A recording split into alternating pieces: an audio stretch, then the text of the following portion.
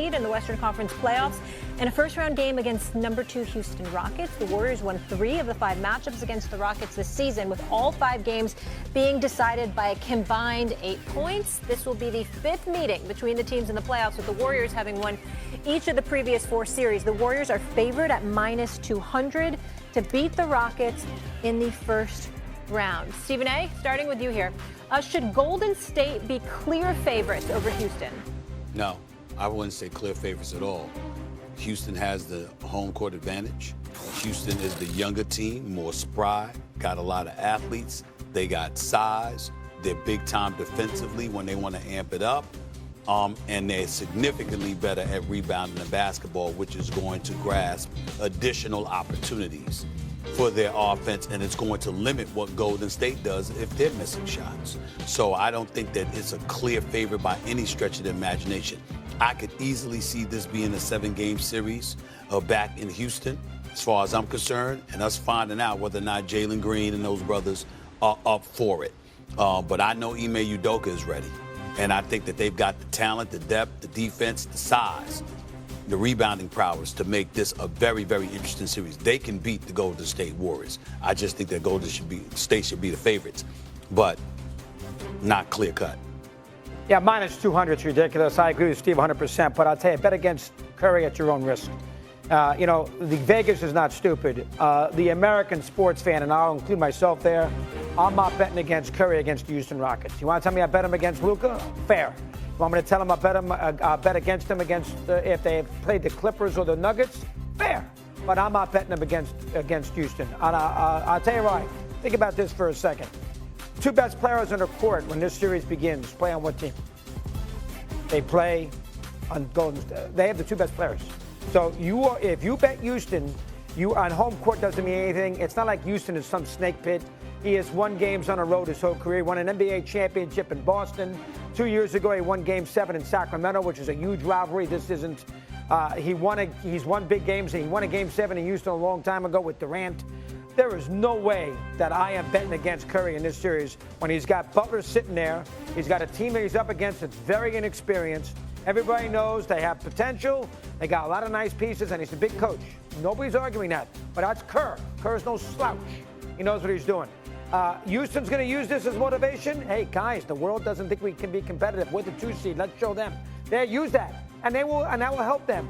But in push comes to shove, you find me a basketball fan in America who likes to bet, who's going to sit there and say, you know what, I'll bet the Rockets.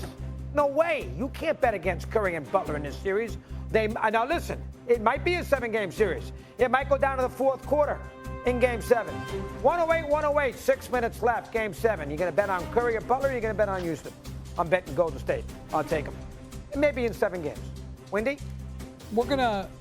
I feel like Amen Thompson is going to become a much bigger, higher known name in the next 2 weeks, because that's the guy who the Rockets are going to put on Steph Curry when it matters. And this guy is the NBA athletes, the guys who play in the NBA are top 1% athletes. Amen Thompson is the top 1% of the 1%. There you go. This guy is an absolute freakazoid athlete, and he is relentless defensively. That is going to be a big part of this series, is the Amen Thompson on Steph Curry matchup. I also think that the Rockets have really good depth. They've built out this team through the draft. You are correct, Mad Dog, that the top 2, if you were drafting a team, you would take probably Steph and Butler first guys. I agree. And typically when you're evaluating a series, when that's the case, if a team's got the top 2 or 3 of the top 5, you're going to lean towards that team, which is probably one of the reasons why the Warriors are the favorites here. But the Rockets have built this team out through the draft and through free agency and through trade. They have prepared to win a playoff series with their wing depth. So I respect the Rockets a lot. I will tell you this, if you're a Rockets fan, you've watched Steph come in there and kill your season repeatedly. Those Chris Paul, James Harden teams, they went in there and dominated. These players don't have that baggage, so they won't feel quite the same way.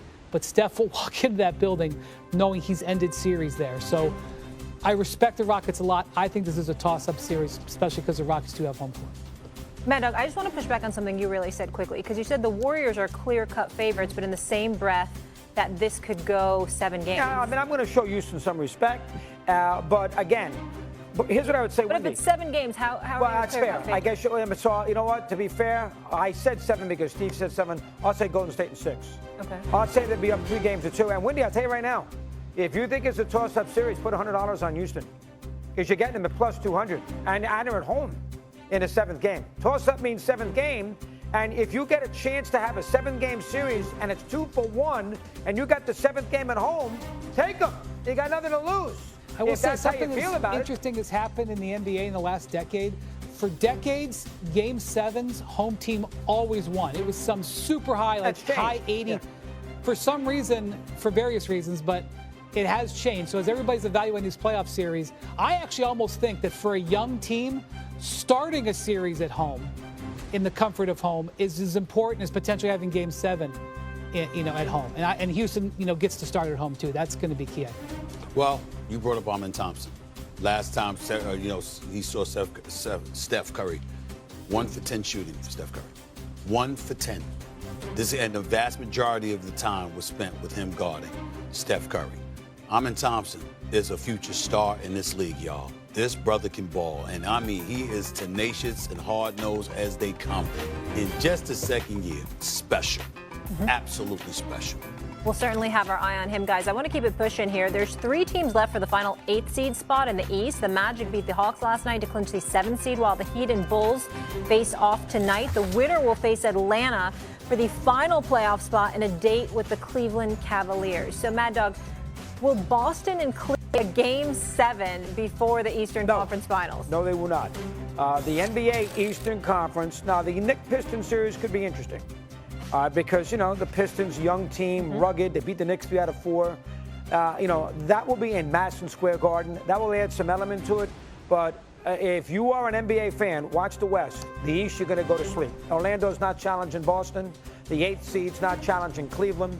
Milwaukee, Indiana, competitive, but who knows on Lillard's health. I'll see you in a conference final.